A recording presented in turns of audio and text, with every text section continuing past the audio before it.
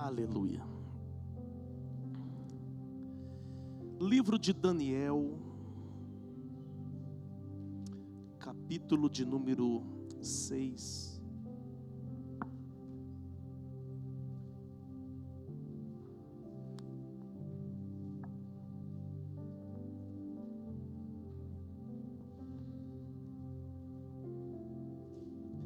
Daniel, capítulo 6.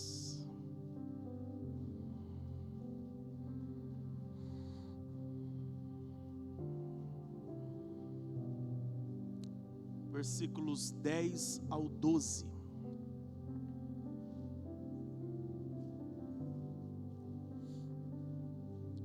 Daniel, capítulo 6.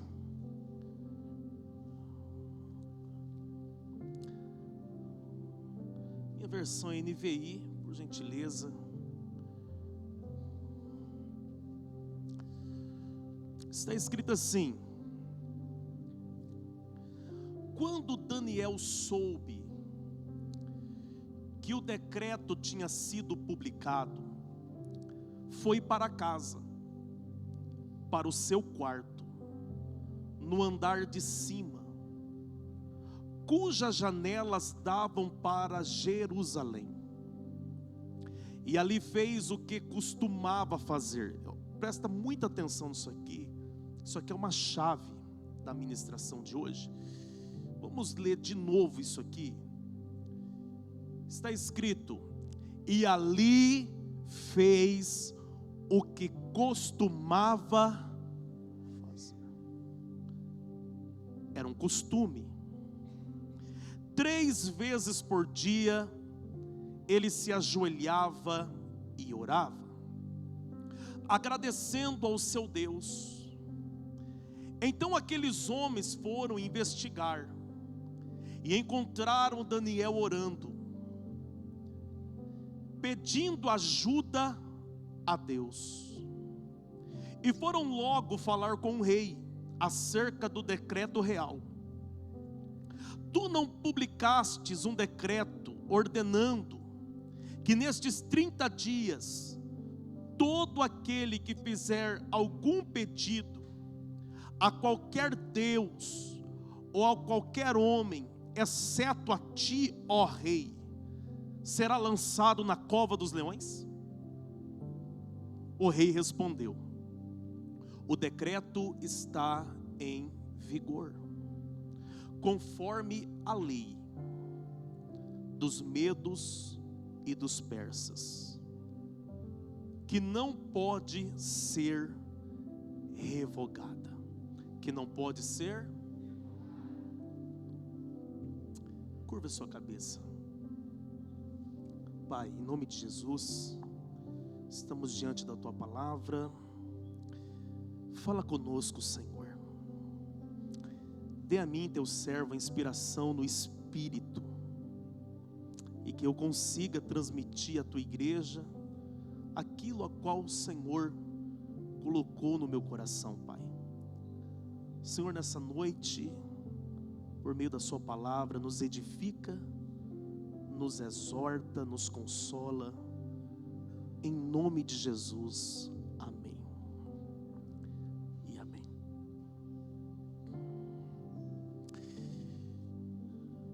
Redobre a sua atenção. Você, como cristão, já parou para pensar no poder que tem a oração?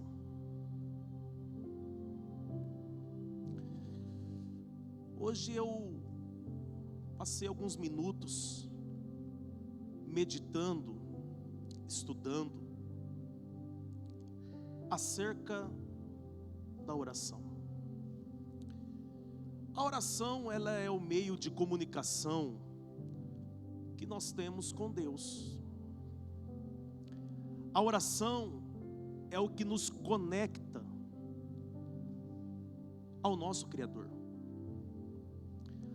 A oração, além de nos fazer mais íntimos de Deus, nos fazer mais íntimos do nosso Pai Celestial, é também uma ferramenta para abençoar o nosso próximo. A oração, ela é uma ferramenta poderosa.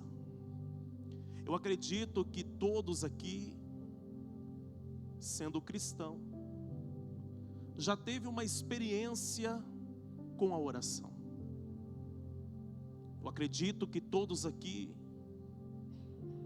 têm um testemunho de algo que recebeu por meio da oração. A oração, ela é essa ferramenta poderosa que está disponível para todos nós. Na Bíblia nós vamos encontrar homens e mulheres que tinham uma vida de oração. Vários homens e mulheres que tinham uma vida intensa de oração. E esses homens e mulheres foram tremendamente usados por Deus. Pessoas que não oravam de vez em quando. Pessoas que não oravam quando dava vontade. Na verdade, eram homens e mulheres que tinham o hábito da oração. Eu quero que você repita comigo isso, o hábito da oração. Hábito é aquilo que você faz constantemente. Hábito é aquilo que você faz todos os dias. E nós precisamos, como cristãos, desenvolver o hábito da oração.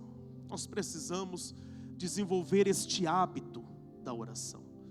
Em Lucas capítulo 18, verso 1, Jesus, ele nos conta uma parábola, e ele fala acerca do dever de orar sempre. Em Lucas 18, verso 1, está escrito: então Jesus contou aos seus discípulos uma parábola, para mostrar-lhes que eles deveriam orar sempre. Orar, orar e nunca desanimar. Aqui Jesus, nessa parábola, fala da importância de você desenvolver o hábito da oração. O apóstolo Paulo, em 1 Tessalonicenses capítulo 5, verso 17, ele disse: orem continuamente. Em outras versões ele disse: orai sem cessar.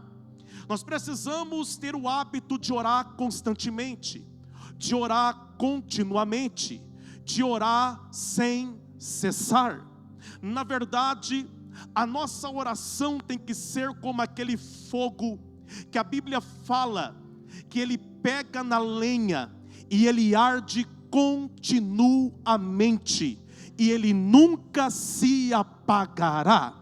A chama da oração tem que queimar nos nossos corações todos os dias. O apóstolo Tiago também disse que a oração de um justo, ela tem poder. Em Tiago capítulo 5, verso 16, ele disse: portanto, confessem os seus pecados uns aos outros e orem uns pelos outros, para que sejam curados. A oração de um justo é poderosa e eficaz. A oração de um justo é poderosa e eficaz. Então, a oração, ela tem poder. A oração, ela tem o poder de conectar aquilo que é divino com aquilo que é humano. A oração, ela tem tanto poder que na boca de Josué, a Bíblia diz que o sol parou. Na verdade, a rotação da terra parou para que Israel vencesse a batalha e o sol continuasse raiando. A oração tem tanto poder que na boca de Ezequias, quando ele recebe a triste notícia que ele tinha que organizar sua casa, porque ele morreria, e a Bíblia diz que foi o profeta Isaías que liberou essa palavra na vida dele. ele olhou para a parede, e a Bíblia diz que ele fez uma oração. E a oração de Ezequias foi tão poderosa em Deus, que a Bíblia diz que o profeta não tinha nem saído do palácio, o profeta estava no pátio.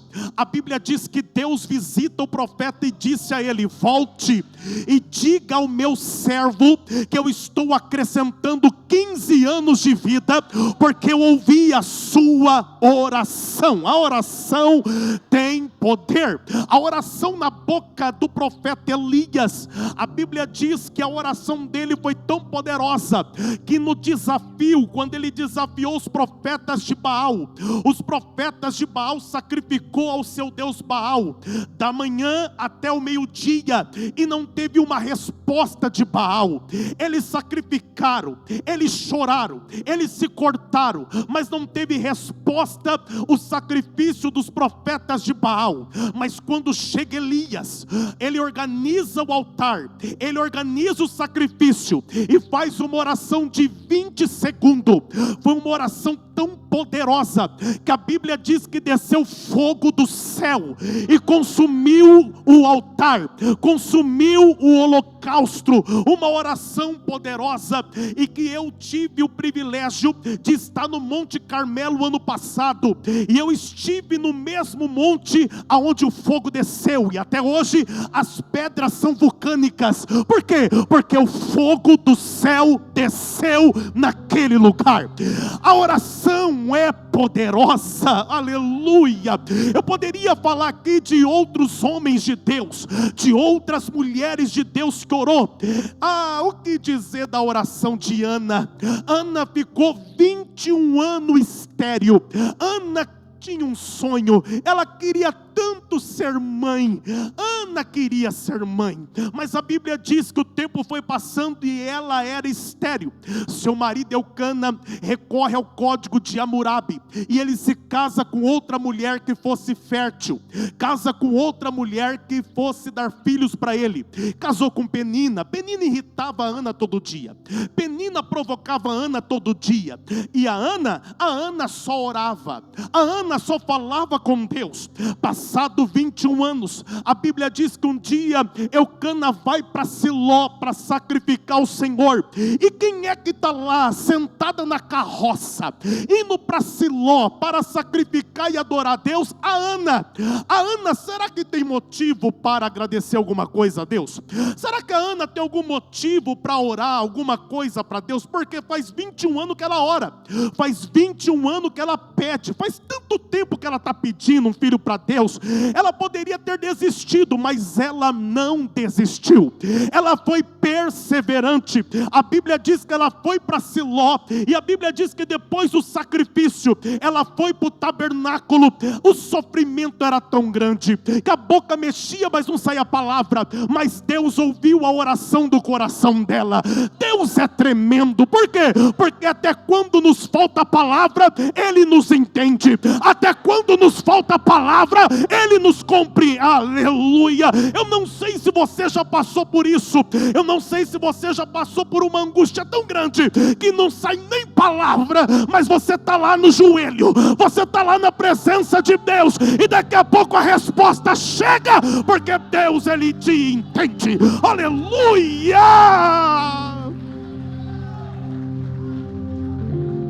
Deus ouviu a oração de Ana, e Deus abriu a sua madre, e ela gerou um filho chamado Samuel. Eu poderia falar aqui de outros homens, eu poderia falar de outras mulheres da Bíblia que orou, e Deus respondeu. E hoje, quando eu estava estudando, eu fui estudar um pouco a respeito da história da igreja. E na verdade, essa foi uma das matérias que eu mais amei na minha faculdade teológica. A história da igreja. E presta atenção, todos os grandes ganhadores de alma foram pessoas de oração intensa. Todos os homens e mulheres ganhadores de almas eram pessoas que não orava de vez em quando. Eram pessoas que tinham o costume, o hábito de orar. E presta atenção, Lutero costumava orar 3 horas por dia. E ele quebrou o jugo opressor de séculos, libertando nações inteiras, só no joelho, só orando. Aleluia. O que dizer de John Knox, que passava noites de oração e clamava a Deus dizendo: dai-me a Escócia, senão eu morro. E esse homem ganhou a Escócia para Jesus. Aleluia. Richard Baxter, um puritano inglês do século 17, marcava as paredes do quarto com o hálito das suas orações.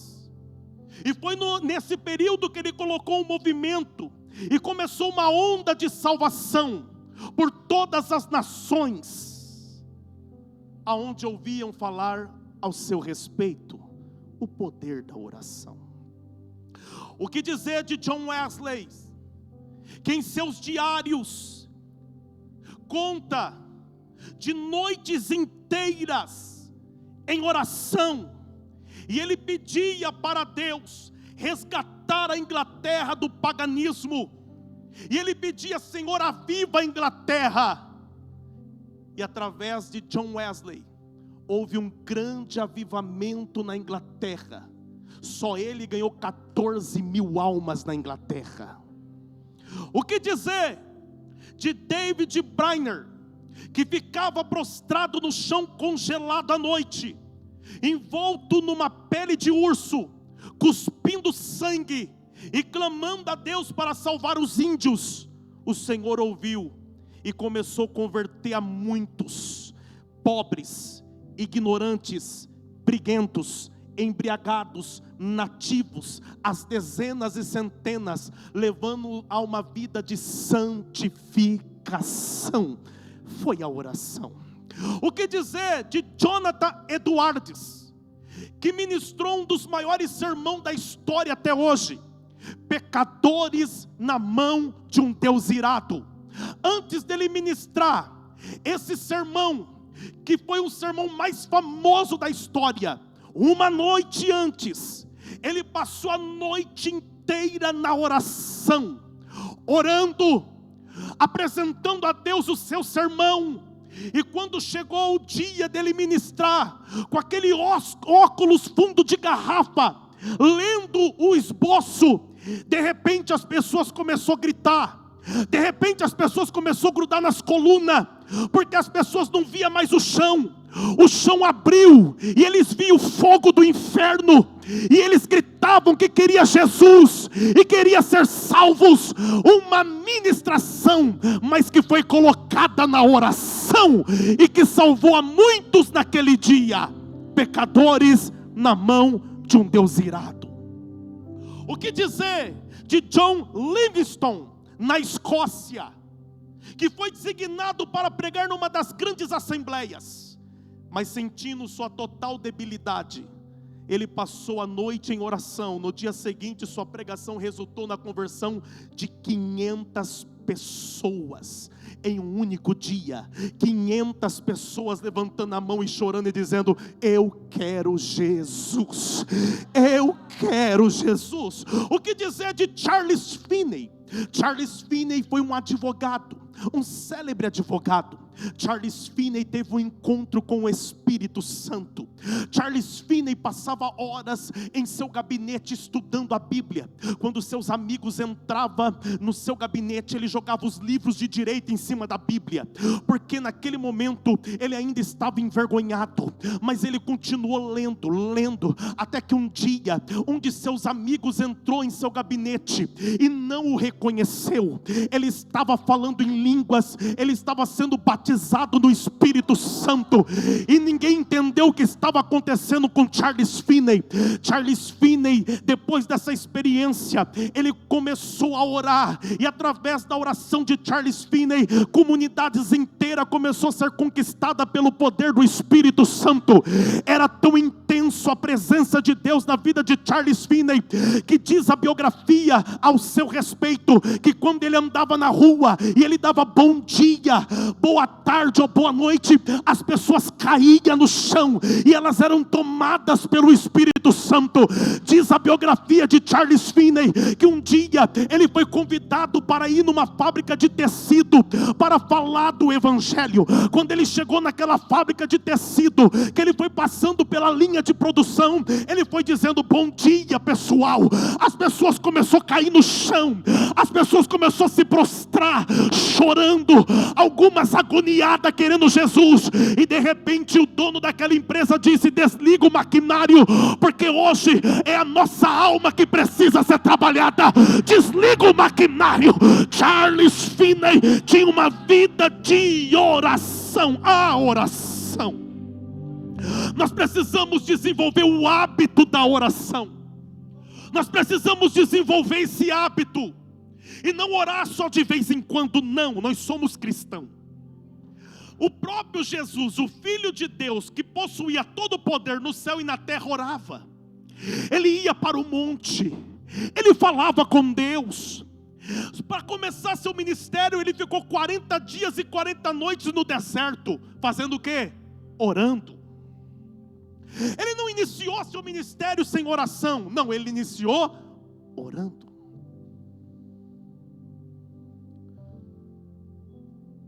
E nessa noite eu quero ministrar uma mensagem com o seguinte tema, porque isso aqui foi só a introdução. Não pare de orar.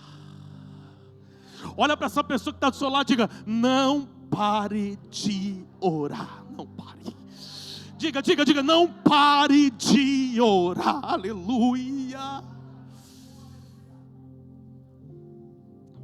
Quando nós olhamos para a Sagrada Escritura, nós vamos encontrar Daniel. Daniel tinha um costume de orar 3 vezes ao dia. Ele abria a janela do seu quarto para o lado de Jerusalém, e ele fazia suas orações. Mas quando nós lemos o capítulo 6, verso 1, Daniel estava sendo vigiado, Daniel estava sendo observado. Daniel, ele começou a se destacar. Projeta para mim, capítulo 6, versículo 1. Dário achou por bem nomear 120 sátrapas para governar todo o reino. Verso 2: ele designou 3 supervisores sobre eles, um dos quais era Daniel.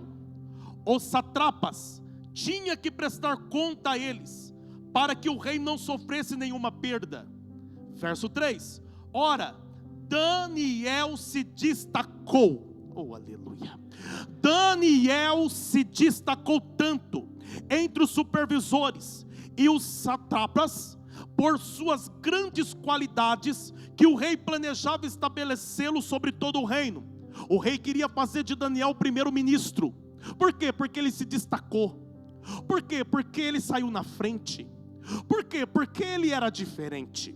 Mas o que tornava Daniel diferente é porque ele tinha uma vida de oração. Tudo que Daniel ia fazer, ele orava. Tudo que Daniel planejava, ele orava. Tudo que Daniel ele ia fazer, sempre ele colocava diante do Senhor. Então não tem como não se destacar. Se você começar a orar, se você começar a desenvolver o hábito da oração, você vai começar a se destacar também. Eu quero liberar isso aqui na sua vida.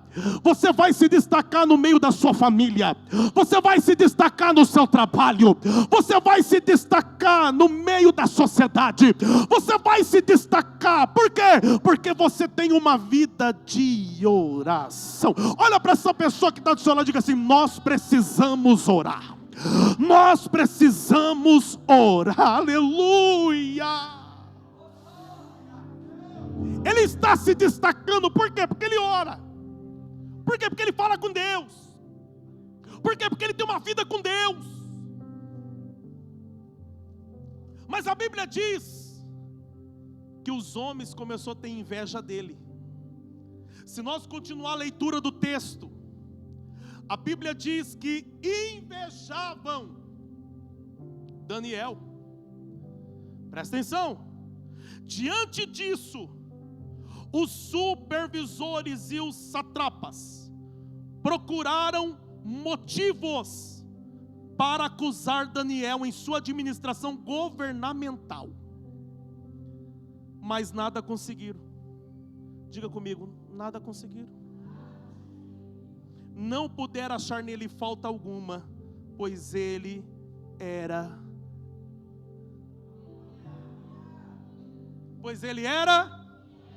não era negligente nem corrupto. Olha para cá. Ele se destacou. Aí aqueles homens, meu amigo Carlos, começou a procurar um motivo. Nós precisamos achar uma brecha para acusar ele, para apontar o dedo e dizer que ele não é digno de tal posição. Como que isso também é uma realidade nos nossos dias? Pessoas que se incomodam com seu crescimento, pessoas que se incomodam quando você se destaca, pessoas que se incomodam porque você está saindo na frente. Quantas pessoas que sofrem de inveja, quantas pessoas que é consumida pela inveja, de ver o crescimento do outro, de ver Deus exaltando o outro, e aí ele fica assim, não, tem que cair, tem que tropeçar, não, agora ele vai cair, não, agora ele vai errar, não, porque agora ele vai. Só que a diferença é que Daniel, ele foi colocado naquela posição por Deus. Ele chegou até ali porque foi Deus que foi conduzindo ele. Não. Daniel não chegou ali dando jeitinho. Daniel não chegou ali através de influência. Não. Primeiro que ele era um cativo na Babilônia. Ele era um judeu cativo. Ele é um cativo que se destaca mais do que os babilônicos. Ele é um cativo que se destaca mais do que os homens daquela terra. Ele não era daquela terra, ele não era daquela cultura. Mas por que ele se destaca? Porque não se trata da terra, se trata do Deus que está na... Não se trata da cultura, se trata do Deus que chamou ele para... Aleluia. Quando você é chamado por Deus é diferente. Quando você é colocado por Deus é diferente. Aleluia. Então era Deus que ia abençoando ele. Era Deus. Diga comigo, era Deus. Olha para essa pessoa e fala, é Deus que vai te abençoar.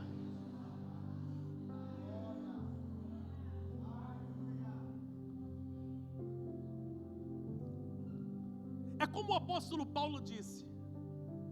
E o que ele disse? Paulo plantou, Apolo regou, mas quem é que dá o crescimento? É Deus que dá o crescimento. Então presta atenção, presta atenção. Eles se incomodaram tanto, vamos continuar o texto, que eles agora querem procurar um motivo. Como eles não acham, eles vão criar um motivo. Porque tem gente que é assim, ele vai procurar, ele não vai achar, então ele vai criar um motivo. O que tem de gente criando motivo para derrubar o outro? Oh meu Deus. O que tem de gente criando motivo para passar rasteira no outro? O que tem de gente criando motivo para falar mal do outro? Pastor, mas aqui não tem. Na nossa sociedade não tem. Tem também. No meu trabalho não tem também. Aonde tem ser humano, sempre vai ter esse tipo de sentimento. Principalmente em corações que não são tratados. Presta atenção. Finalmente esses homens disseram: jamais encontraremos algum motivo para acusar esse Daniel aí, a menos que seja algo relacionado com a lei do Deus dele. Vamos criar um motivo aqui, vamos criar um motivo para derrubar ela. Vamos criar um motivo aqui para derrubar ele. E aí, eles criaram um motivo.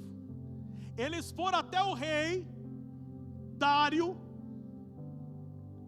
e falaram para o rei: olha, lança um decreto que ninguém vai poder pedir ajuda a nenhum homem e nem a nenhum Deus que não seja o Senhor, o rei. Durante 30 dias. Mas por que eles estão criando esse motivo? Eles estão criando esse motivo porque eles sabem que Daniel é homem de oração. Sabe que ele não vai aguentar, ele vai dobrar o joelho. Então eles criam um motivo. E aí o rei foi lá e lançou o decreto. Diga comigo, lançou o decreto. Mas olha o verso 10. Quando Daniel soube que o decreto tinha sido publicado, foi para o seu, no andar de, cujas janelas dava para, e ali fez o quê? Não, eu não oro de vez em quando, é costume orar. Eu não vou aguentar, é meu hábito orar. Não, eu oro porque eu amo. É igual quem tem o hábito de tomar café. Eu não sei você, mas eu sou muito fã do café. Se você deixar, eu tomo uma garrafa inteira. De domingo para pregar, eu fico ali na mesa preparando a palavra e a garrafinha fica do lado. Se você chegar em casa agora, ela está vazia, porque eu tomei. É um hábito meu. Eu amo tomar café e sem açúcar. 4 anos já sem açúcar. Presta atenção. Quando eu faço jejum, que eu não tomo meu cafezinho, chega de tarde, me dá uma dor de cabeça. Mas me dá uma dor de cabeça tão terrível, que quando eu finalizo o meu jejum, eu pego aquela xicrinha de café abençoada. Porque é hábito. É hábito. Quando a gente tem o hábito de fazer uma coisa, quando a gente não faz, a gente estranha. Quando o nosso corpo está habituado a fazer uma coisa, a gente não faz, o corpo, o organismo estranha. Daniel tem um hábito, mas não é de tomar café, é de orar. Daniel tem se ele não orar vai dar dor de cabeça. Se ele não orar vai dar tontura. Se ele não orar, ele precisa orar. Aleluia. Ele precisa falar com Deus. Ele precisa. Mas tem um decreto, mas nenhum decreto vai me parar. Não, mas organizar um negócio aí para não orar, mas eu vou orar. Eu vou falar com meu Deus. Eu preciso falar com Deus. Aleluia.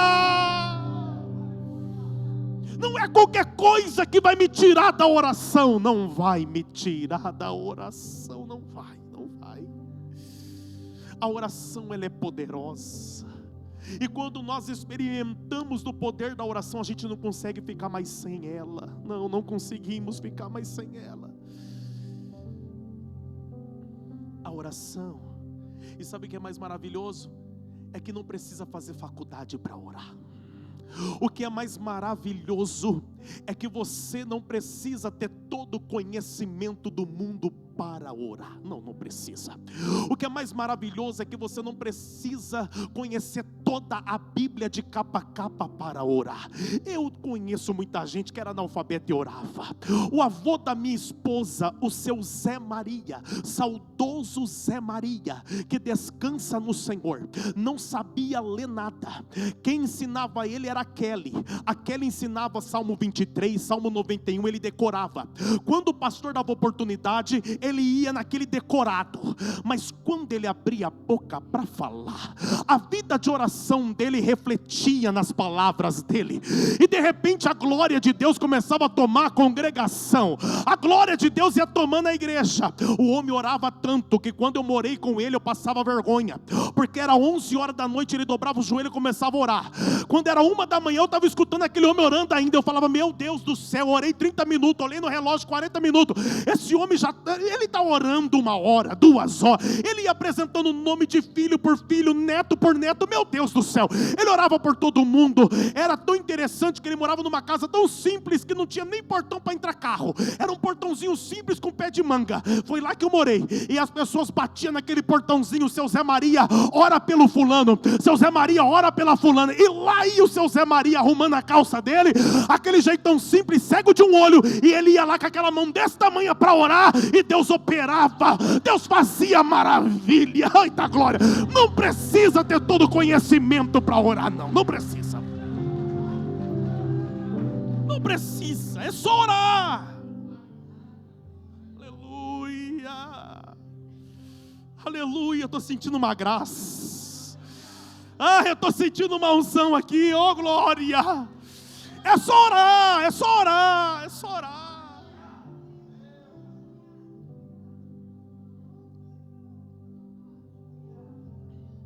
A oração tem poder. É tão interessante que quando você tem uma vida de oração e você deixa de orar, com 1 semana seus filhos percebem que você não está orando. Com 15 dias, seus parentes mais próximos percebem que você não está orando. Com 1 mês e meio, seus vizinhos percebem que você já não está mais orando. Por quê? Porque você não tem controle nas suas palavras. Por quê? Porque você começa a falar de qualquer jeito, começa a falar qualquer palavra, você começa a soltar qualquer coisa. Por quê? Porque não está orando. Porque quando tem oração tem temor no lábio, quando tem oração tem temor nas palavras, quando tem oração tem. Olha para essa pessoa que está do seu lado e fala, tem oração aí? Tem oração aí? Tem? Então pergunta, então tem temor de Deus aí? Então tem temor de Deus aí. Pastor, como assim? A Bíblia diz que de uma fonte não jorra 2 tipos de água. Ou jorra um tipo de água, ou jorra outro tipo de água. Então tem gente que não pode ficar uma semana sem orar, que senão...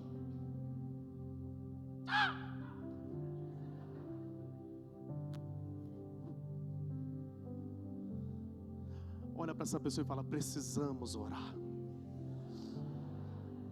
E eu tenho que terminar a mensagem. Quem quer que eu termine? Diga amém.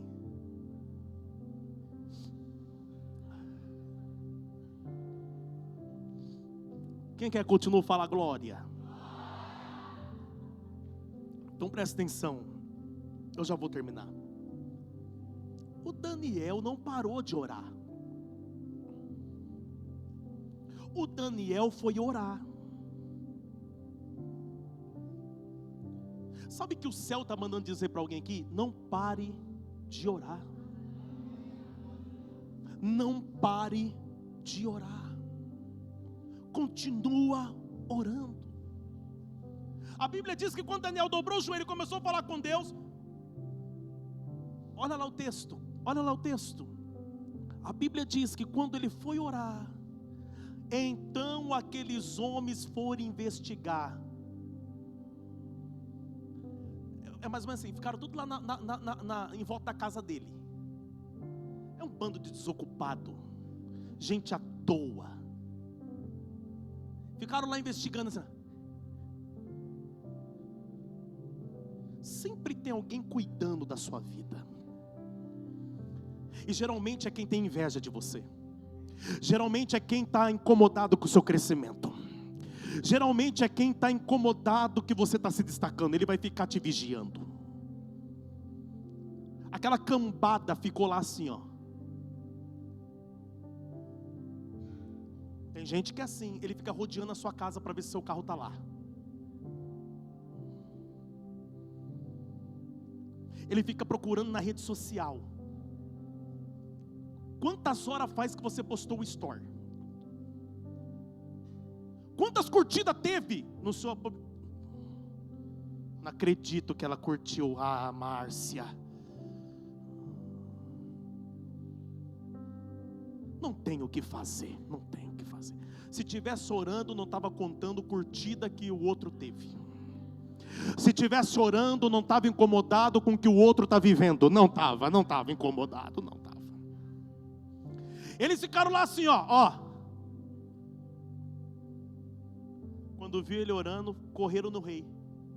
Ô rei, você não lançou um decreto? Lancei. Que não pode nem falar com Deus e nem pedir nada para nenhum homem a não ser o Senhor, ó rei? Sim, já está decretado.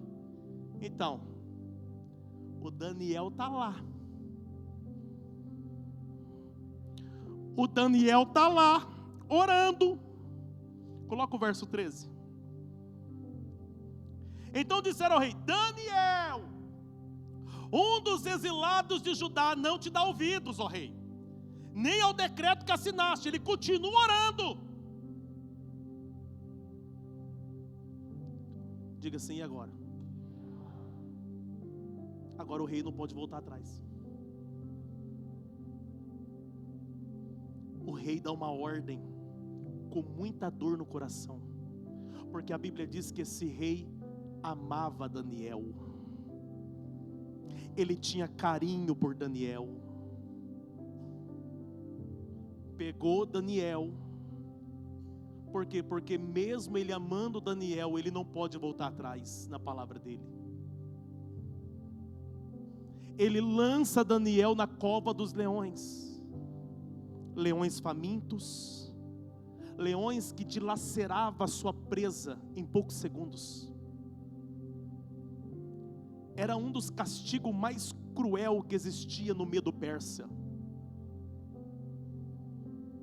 Não tinha o que fazer. Olha onde Daniel foi parar, na cova dos leões. A minha pergunta, e você já tem a resposta: por que ele foi parar lá? Ah, porque ele orou. Não, é porque alguém planejou. Porque orar já era parte da rotina da vida dele. É porque alguém arquitetou aquilo. É porque alguém criou uma situação. Agora Daniel está dentro da cova dos leões e o rei Dário está perturbado lá na cama dele, sem conseguir dormir. Fiz uma injustiça. O que eu fui fazer? Mas a Bíblia diz que pela manhã o rei foi lá na boca da cova dos leões, com o coração angustiado, achando que Daniel só estava o osso. Quando ele disse: Daniel falou assim: coloca aí, filho, projeta para mim aí.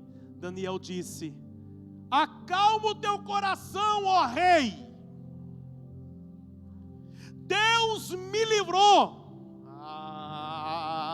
Deus me guardou da boca dos leões. Aleluia. Os anjos dos... Aleluia. Quando ia se aproximando da cova, gritou aflito: Daniel, servo do Deus vivo, será que o seu Deus, a quem você serve continuamente, pode livrá-lo dos leões? Daniel respondeu: ó rei, vive para sempre. Oh, era para ter dado glória a Deus, só não vive para, aleluia, vive para sempre, oh glória. O meu Deus enviou o seu anjo, que fechou a boca, oh glória, dos leões, e eles não me fizeram mal algum. Oh, maravilha! Sabe por que Deus enviou o anjo? Para guardá-lo. Porque ele não foi orar no momento da dificuldade, estando dentro de uma cova. Não, ele já tinha uma vida de oração antes. Não, olha para cá. Não, olha para cá. Não foi na cova que ele decidiu orar, ele já tinha vida de oração. Imagina se Daniel decidisse orar só na hora da aflição. Imagine se José fosse ter vida com Deus só na hora da escravidão.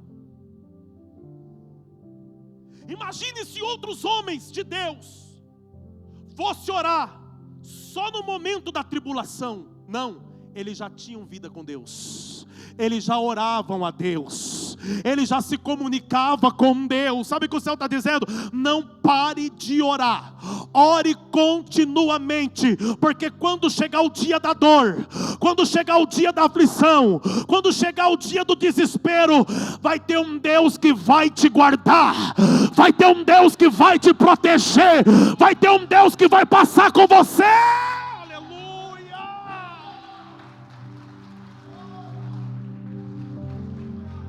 O anjo me guardando não é resultado de uma oração desesperada. O anjo me guardando é resultado de uma vida inteira de oração. Aleluia. Uma vida de oração. Livrou Daniel da cova dos leões. O Senhor está dizendo assim: começa a desenvolver o hábito da oração, e eu te guardo no dia da dor, passo com você no vale da dor, atravesso com você o vale da sombra e da morte. Começa a ter uma vida de oração.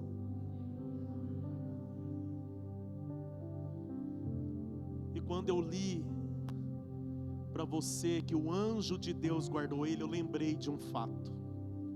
Fica de pé. Quero chamar aqui o Juan, sua banda.